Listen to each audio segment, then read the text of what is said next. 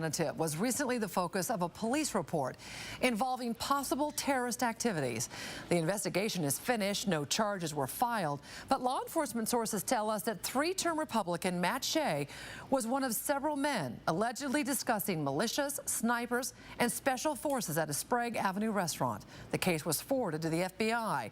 Now, Shea's opponent in the upcoming August primary says voters need to know about Shea's belief that the U.S. economy is going to collapse and that people need to be stockpiling weapons and ammunition in their homes.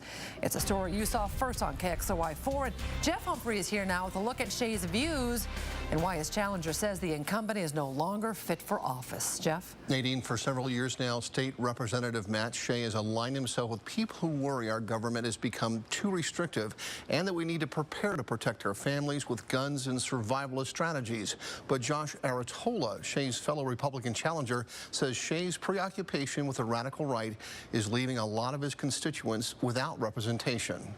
If you do not have 5,000 rounds of .223, 5,000 rounds of .22, and 1,000 rounds of handgun ammo as a minimum, you're wrong.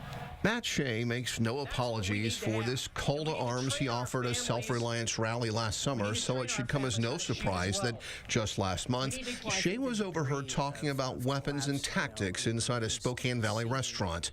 According to a police report, the diner who snapped these cell phone photos thought she was listening to a table full of terrorists and then called police.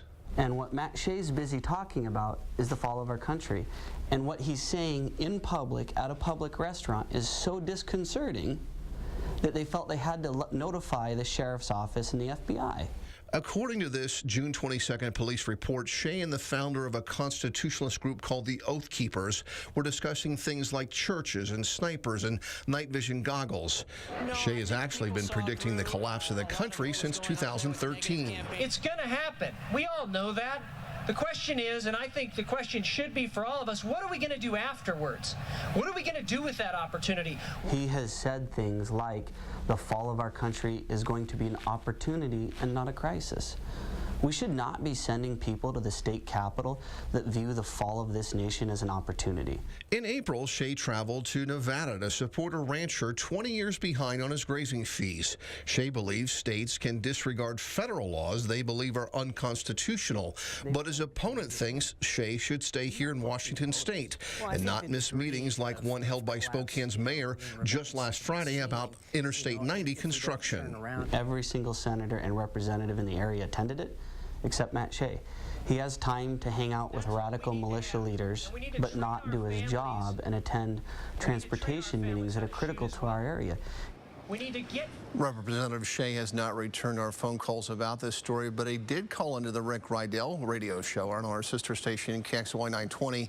Shea said that night at the restaurant, he and his friends were just talking about their military service and feeding the hungry, and now he has chastised Aratola for characterizing it as some sort of nefarious scheme. The FBI says there is no ongoing investigation into Shea's activities. Jeff Humphrey, KXLY 4.